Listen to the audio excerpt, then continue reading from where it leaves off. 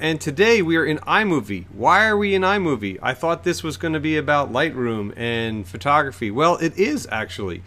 There's some hidden nuggets in our cameras that some of us might not even know about, one of which is called the intervalometer, also known as an interval timer. And basically what an intervalometer will do is it will set a timer for your camera to take pictures, to activate the shutter over a specific amount of time and a specific number of intervals. Now, there's plenty of these intervalometers on the market, third-party ones, so that if you've got a Canon, if you've got a Pentax, if you've got other cameras out there, you can buy an intervalometer. Some of them are actually under $50. But a lot of the Nikon cameras have the intervalometer built in.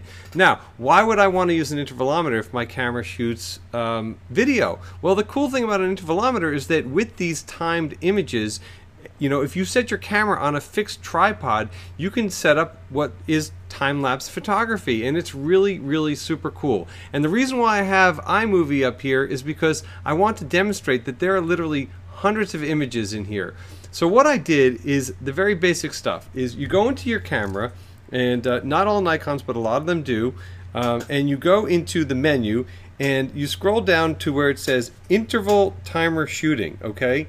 And in there you can choose a start time, you can choose the number of intervals, you can choose the frequency that it takes, the number of shots that it takes, all great stuff. Okay, so it's right there in your camera. The hidden nugget is right there. Now, let's talk about some of the settings that we want to use when we're doing intervalometer, interval timer shooting. Very first thing you want to do is make sure that your camera is stable, that it's in a set location. So number one, tripod. That's going to be really important. You're going to want to set your camera on a tripod, have it be very stable, and have it be, you know, fixed, you know, so that it's not going to shake and it's not going to move. Number two, you want to set your focus. So what that means is that you want to switch your focus to manual focus and focus on something, because you don't want the autofocus to be hunting, particularly if stuff in the scene that you're framing is going to change. You want the focus to stay, you know, where you've got the camera set. Now, we all shoot RAW. I'm going to only advocate ever shooting RAW. However, for doing intervalometer shooting, I would suggest going to JPEG, because those RAW files are going to be enormous. And being that you're probably not going to edit each individual file, you're probably just going to drop them into something like iMovie or some other program where you're going to just animate them together, I would suggest shooting JPEGs. Now, there's a couple other tricks that I could also suggest out there.